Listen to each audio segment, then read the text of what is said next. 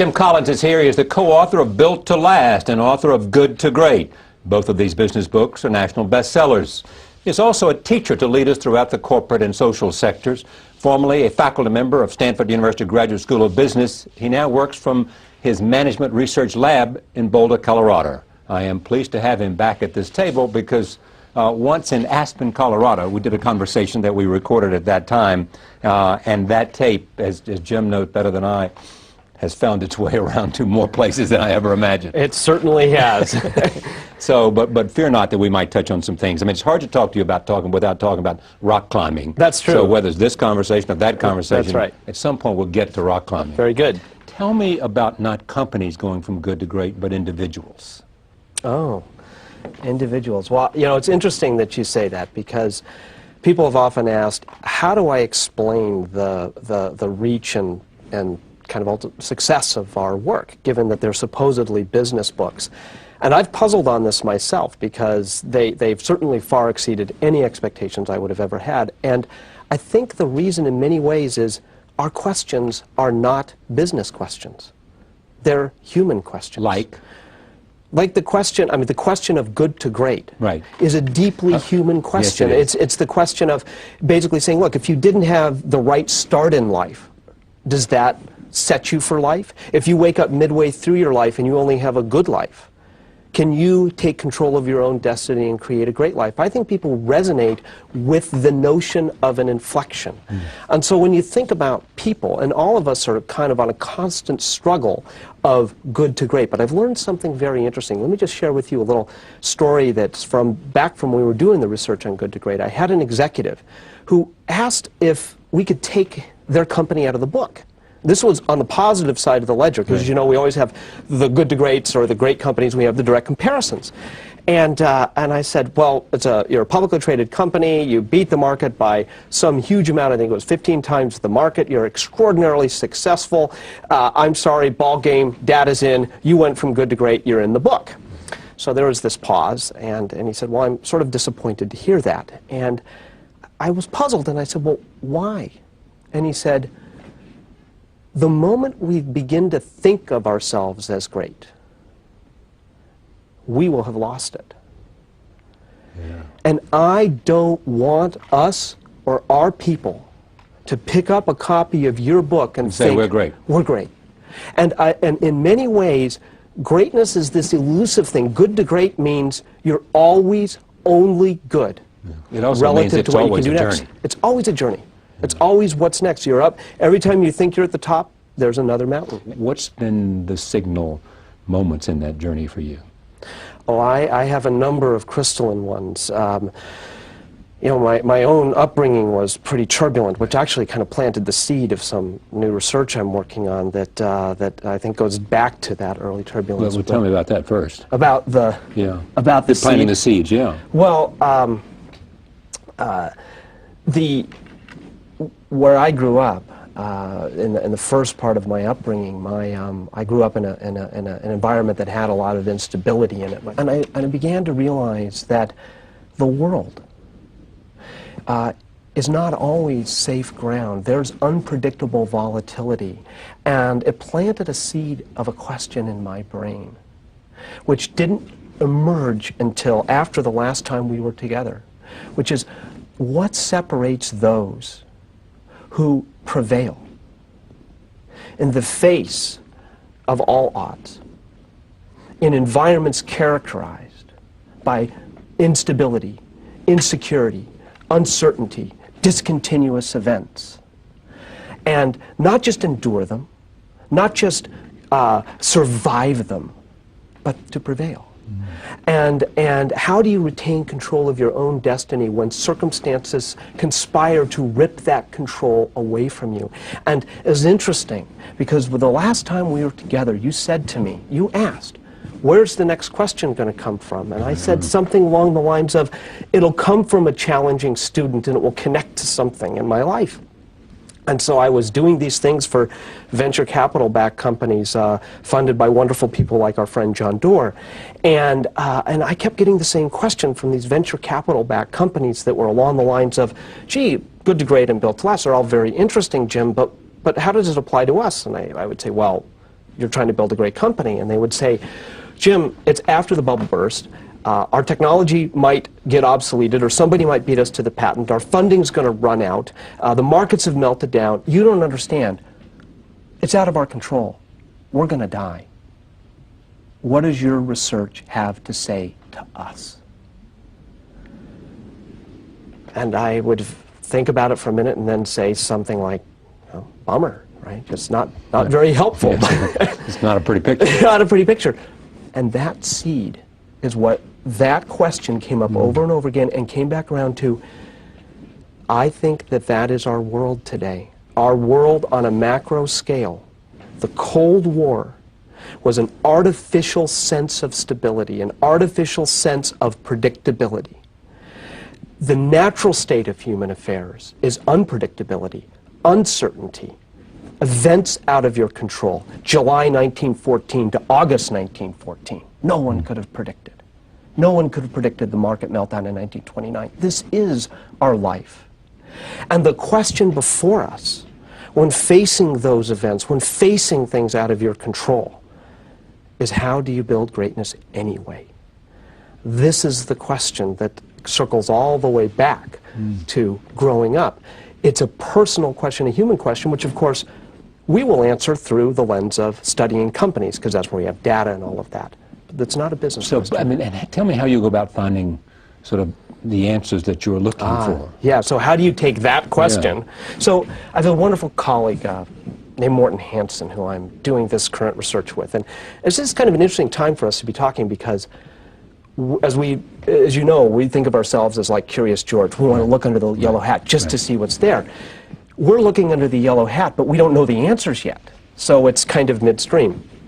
Morten and I said, let's find companies that are like little specks on the side of Everest in 26,000 or 28,000 or 30,000 foot environments where, unlike base camp, if a storm hits you, you're going to be okay. But these are the environments where the storms move fast, they're big, they're out of your control, they can hit you really fast. And if you aren't prepared, they can really hurt you or kill you. So what we did was, Morten said, let's start with IPOs. So we took all 20,400 publicly traded companies from 1971, a massive data set, huge, and we systematically sorted down to find which were legitimate IPOs, then of those to find the 50 best performing IPOs since 1971, based on how well they did 15 years out, then those that show sustainability, and then those that prevailed from that position of vulnerability to greatness in the most severe, difficult, out of your control environments, and yet they prevailed. Compare them to others that were in the same environment that didn't prevail. And so let's ask the question, who are the top 5? Well, I'll give you some of the examples of companies that made it. They're like, let me come back to just one little data point right off the front. If you go back to 1972, and you could invest $1 in every publicly traded company in 1972, hold that dollar all the way out to 2002 for 30 years. Take out your money and then rank order the performance. Who comes out number 1? Well, the obvious candidates come to mind: Berkshire Hathaway, GE, Intel, so forth. They're all in there. Yeah. Walmart. The number 1, according to this survey by Money Magazine, and our numbers seem to support their numbers, the number 1 best performing stock of all publicly traded stocks over a 30-year period from 1972 to 2002 is, of all things, an airline. Amazing. Now, isn't that just delightful? It's an airline. And now think of everything that happens at Southwest. Think of everything that happened since 1972. You want to talk about a high on Everest environment. How many airlines have gone out of business? Gone out of business, but fuel Pan shocks. Am, Eastern, et cetera, et cetera, That's right. et cetera. Deregulation, fuel shocks, interest rate spikes, 9/11, wars. And yet they are the number 1. And another company that was on the same mountain at the same time with the same resources, with the same opportunities, Pacific Southwest Airlines, had everything else going for it. It didn't survive on the mountain. Why? Why did this one prevail when there's so much out of its control and the other didn't? This is the essence of our quest, because in many ways our life for all of us is increasingly, or at least it feels increasingly, like that set of contingencies outside of our control. Some wag would say Kellner. Well, he was one of 4 CEOs in their history. Somebody else would say I don't know what. Tell me. Give me some early indications of what the answers are. You know that wonderful Sherlock Holmes story, Silver Blaze, where Holmes is talking about the clue to the case, and Watkins says, Watson says, what was the clue to the case? And Holmes said, well, it was the dog, the curious incident of the dog in the nighttime. And well, the dog didn't do anything in the nighttime. That was the curious incident. The dog didn't bark. And you would have expected it would, so therefore it must have been somebody who knew the dog. Right. Okay, wonderful story. In our research, our first clues are the dogs that don't bark. We may not know who the culprit is, but we have some suspicious non-answers. So, for example, in this case, the common view, widely held, of Southwest is it innovated its way to success. It had something that no one else had, that it was first with a pioneering idea. What did it have that no one else had? It didn't. I didn't think so. This is the beauty of it. Yeah. Okay, you go back to late 1960s, and you would think, well, they must have come up with this wonderful idea. They must have been the one. Okay, I'll have to give you two dogs that didn't bark. I don't know what they mean yet, but they're very interesting. Southwest didn't innovate anything. Their original business plan was essentially copy PSA in Texas. They went to California, visited Pacific Southwest Airlines, which at the time was non-competing because of deregulation. And according to two sources, and I want to corroborate it from a third because I found it so astounding, they returned to Texas with some of the operating binders, gratis from PSA, and started Southwest. It was a complete copy, the culture, the model, the short routes, the whole bit. And then here's the other interesting thing. Okay, not only that, so PSA was the innovator, it didn't win. So what about this idea that it's the innovators that win in changing worlds? Now, here's the next point that's extremely interesting, a dog that just surprised me. I don't know what it means yet. If you look at Southwest's operating model in the late 1970s, roughly 10 points in it, and it's basic. We talked before about the hedgehog concept, the one big thing, and what their hedgehog concept is they could be the best low-cost, high-spirit airline, steadily increasing profit per fuselage. That's what they understood, and they built on that and built on that with this great culture. If you look at the operating model that came from that in the late 1970s, and you compare it to 2005, 9 of 10 points are the same. And what's the 10th? The 10th is that they started doing longer haul routes. Okay. Okay, but here's the point. If somebody were to come and say, who is going to most succeed in a world characterized by an immense amount of change, instability, discontinuous, radical events, you would say, who maintains the same operating model. You wouldn't say it's the ones that, you would say it's the ones who change the best. Right. We are finding PSA changed in response to that environment. It died. It changed in response to the environment. It forgot its fundamentals. That's correct. And so one of the things we're learning, one of the things we're learning is that there's some very, very deep wisdom about not changing in the face of dramatic change. We always think the main question is, how do you bring about change in the absence of a crisis? It turns out there's an equally important question that we didn't know before. How do you retain the discipline to not change your fundamentals in the presence of a crisis? So if a bunch of things happen to you, you have a model on the show, the world changes around you. How do you have the wisdom to not panic, to not change those fundamentals? This I find very, very interesting. My answer was, that's all I know. That may be true for others as well. So we're beginning to see that some of the things you would expect would be the answers, that the most innovative, the most nimble, the most radically changing, that the proper response to a radically changing world is radical change. Yeah, but I mean, let me just test this idea. Yes, no, I don't know the answer yet. All I know is that it's not turning out to be that answer. Well, it seems to me that it would depend on what your fundamentals are. That's correct. 9 out of 10. And how strong they are and how good they are and whether they're right. Let me suggest other things. Bill Gates and Microsoft. Yep. Bill Gates was late coming to a recognition of Internet. That's correct. He went on one of his famous... That's right, read his white papers. Yeah, and read all these papers that people prepared for him. And he came back and issued a huge memo. That's right. And said, basically, we have to turn this ship around. Yep. We are being engulfed by something new. Yep. If we don't respond to it, we will be overwhelmed. Yeah. Now that's exactly. Yeah. Now you can argue in terms of the language you used, whether that was him simply doing a fundamental that he had already ingrained in that company, or whether that was violating your principle by responding to something in a crisis. I want to be really clear. We don't have a principle yet that comes from this. We know it's not just reacting to the world and maintaining your bearings. Microsoft is in the study. So they're one of the companies we will be studying. We haven't because it's a successful IPO. It's one of the 10 great ICOs in an environment characterized by a tremendous amount of. Now, how long is it going to take you to do this study? We're only 3 years into it now. What do you mean only 3 years? Yeah, is this like 5 years or 10? Oh, yeah, 5 to 6 years to do it right. Yeah, and out of that comes a book and an analysis and. Depends on if we have answers that are worth putting in a book. Ah. I always withhold judgment because you don't do a book just to do a book. You pursue questions. Right, exactly. Exactly. And if you have answers, you then share those answers with your students. And if a book is the best vehicle, we will make it a book. I think that we will find some very, very interesting things because in the end, I do believe, this is what I believe very deeply.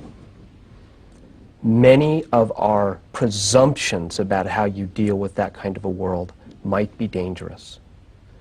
Just as, remember that wonderful show, the documentary Fog of War? Right.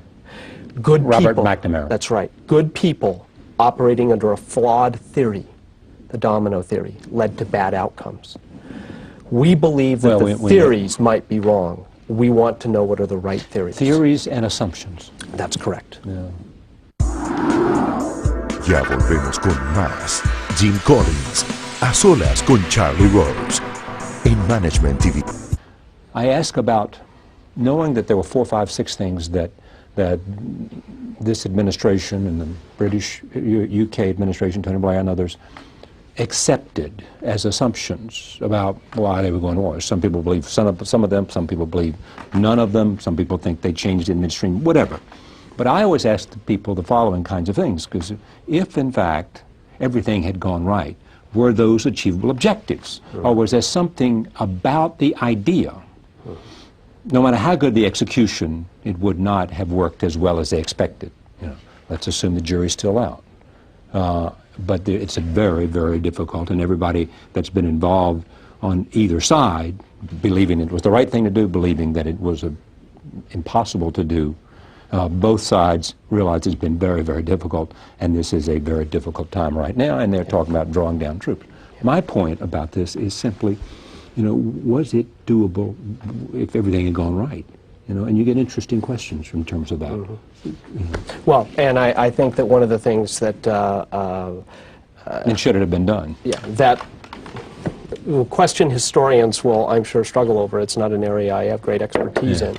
But I do know that the best we've studied they rarely change their fundamentals, but they always, always, always challenge their assumptions. I agree. Yeah, absolutely. And ask questions of themselves. Constantly. Put literally a list of questions in your constantly in your in your drawer there. Pull them out. You know, what's the answer to this? And what if this? And what if this? And what if we're wrong here? What are the consequences? Lance Armstrong was here. Yep. I am convinced that the philosophy and the strategy of Lance Armstrong, in terms of how he approached cancer, a terrible case of cancer. It had spread to his brain, to his lung, everything. How he approached it, and the thing that he was most interested in were two things: data, data, data, data, data. Information was king for him, and he wanted to know what today's information said about yesterday's information. All of that. He took, and he said this to me, the same idea when he started back racing. Right. It's just that he saw things in a very different way because of what he learned from the battle against cancer, and that was life and death, and therefore those principles became much more a part of him. Yeah. But it was the same kind of strategy. It is the power of information and the power of executing them in a significantly devoted regimen. When we took apart, you talk about, I mean, Lance is a good degree. These are the principles that took him to to conquering cancer are the same principles, fundamentals. That's right. And one of the principles that jumps out from all of our work is the idea of disciplined people who engage in disciplined thought, who take disciplined action. And that it starts with disciplined people, And then disciplined thought means data and rigor and thinking and questions and challenging and understanding versus bravado, translated into relentless, consistent, disciplined action. That is a framework that applies to anything. It applies to art. It applies to writing. It applies, I imagine, to bicycle racing, car racing, rock climbing, life, business, disciplined people who engage in disciplined thought, who take disciplined action. And people tell me that used to have dinner in Paris with Picasso, that he would leave at dinner, he would go back and paint. Yeah. Every night. Yeah. Every night. Yeah, it's a great way to battle depression. All right, let me just talk in the remaining time we have. What have you learned from your obsession, devotion to rock climbing? Because we're talking about the same... Well, you know, we're talking about disciplined people, disciplined thought, disciplined action. I remember when I was a kid, you know, people would say to me, well, you know, you got to learn from your mistakes, and it's part of growing up. And I remember thinking, my sport is rock climbing. You don't always get a chance to learn from your mistakes. Yeah. Rock climbing is a place where I relax because it is so intense. And it has taught me a few lessons. For example, one of the lessons is never confuse luck with competence, because if your luck runs out, you might die. A number of years ago, I was on a climb when I was young, and I always just thought I was really good, until one day my luck ran out. And I had a friend up on a cliff. We ended up making some bad mistakes. We had to rescue him in the middle of the night because of mistakes that I made. And both of us nearly died. We had this epic rescue with lights and helicopters, and it etched itself in my mind as a lesson of always presume that much of what you've done might actually turn out to have been as much luck as your own competence, because if you're wrong about it and your luck runs out, you might end up there very stranded. Another lesson, and something that carries through to me today, is how to think about success. I like to think of the difference between failure and failure. As I get older, I can't climb the hardest climbs. So what's the battle? Battle's what happens in here. And so there's this thing I've come up with called failure and failure. Here's the difference. If you look inside my Palm Pilot, you'll see a list of climbing success ratio, successes and failures. Right. But here's the interesting thing. When you look at the successes, only about half of them are getting to the top. Why is that? Because there's this thing in rock climbing called the on-site. Now there's the red point, which means you've been on the route before, you know it, you work it till you get it. You get one chance at an on-site. You go up on the climb, and if you fall off, the rope catches you, that's it, on-site's over, now it's red point forever. One chance at an on-site, but you don't know what the holds are going to be like. You don't know if that pocket you're looking at is going to be a good pocket or a bad pocket, if that hold up there is going to be slopey or in-cut. And then you start up the climb, and you're climbing along, and the clock is ticking because your arms are starting to run out of gas. The lactic acid goes. You can only do so many pull-ups before you fall off. And you hit a point of uncertainty, and there comes this choice. You're scared because you might be taking a further fall the higher you go up. You're uncertain because you don't know the next holds. You're in pain because your arms are full of lactic acid. And the problem isn't unfolding quickly. You're making a set of decisions under duress. And there is this instantaneous moment of failure or failure. To fail means you let go. You let go mentally. You let go emotionally. You let go physically from the walls. You step back down a ways and take a controlled fall. Failure means when the odds of making the next move are going down from 80% to 70 to 60 to 50 to 40 because of all the factors. You never let go. You make a full 100% committed attempt to go up. And if you fall, you have truly fallen honorably. You did not let go. And only you know if you broke. Only you know if it was a 100% over everything you were facing attempt to go up. If I didn't make it to the top, but I went to failure, that's success. And for me, much of life is a series of choices. Between failure and failure and failure. Failure and failure. Sometimes you make it to the top, but if you fail, did you go to failure? Did you go honorably? Do you believe we learn more from success or failure? No, failure. Do you? For sure. Oh, is that easy? I mean, that's so obvious.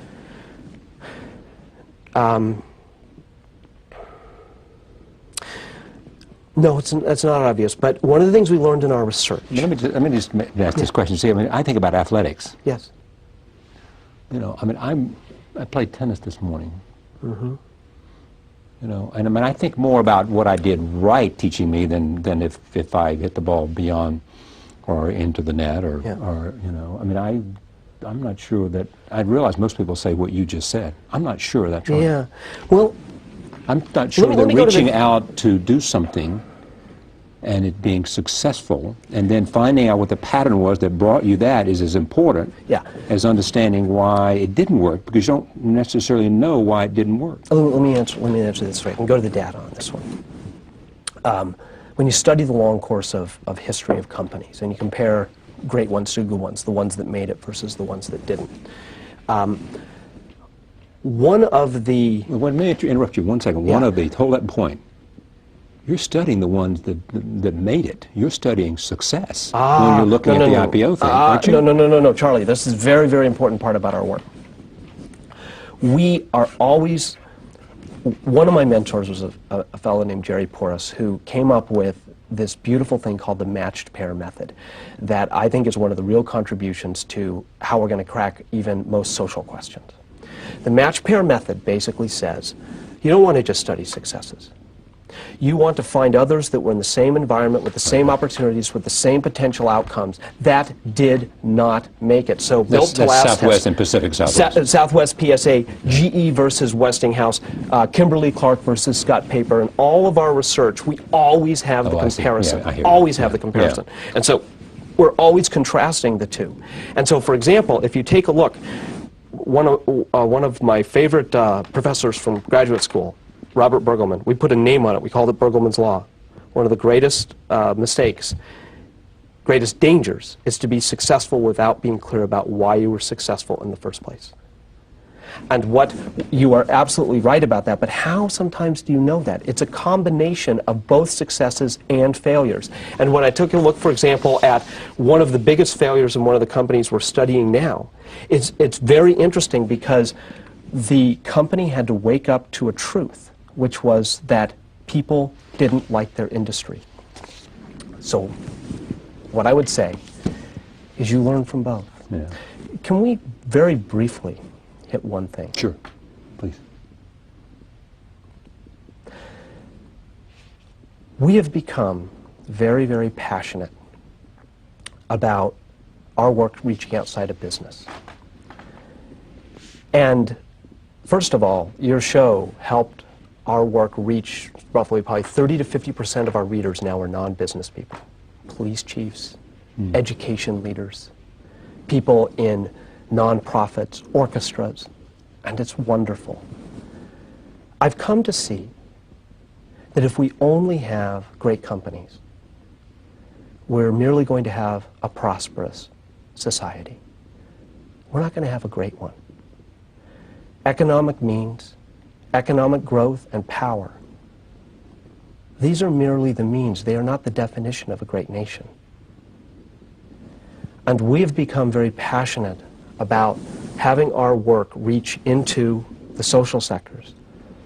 And one of the things I've come very much clear to see, that business thinking is not the answer for how to make the rest of the sectors of society great. What we really need is a framework of greatness. What separates great from good, not what just makes businesses tick. And I'd like to thank you for helping our work reach those people who are in all these different walks of life so that we can have a great nation, not just a great economy. Yeah, thank you for that. It's something that interests me as well, and all of the interaction between a variety of disciplines, and finding the common threads that make a nation and an individual and give us the power to deal with a whole range of very complex issues. Jim Collins, I should say this book is Good to Great. The other one was Built to Last. I have both of them here. He provides provocative questions and then goes in search of the answers. Thank you. You're very welcome.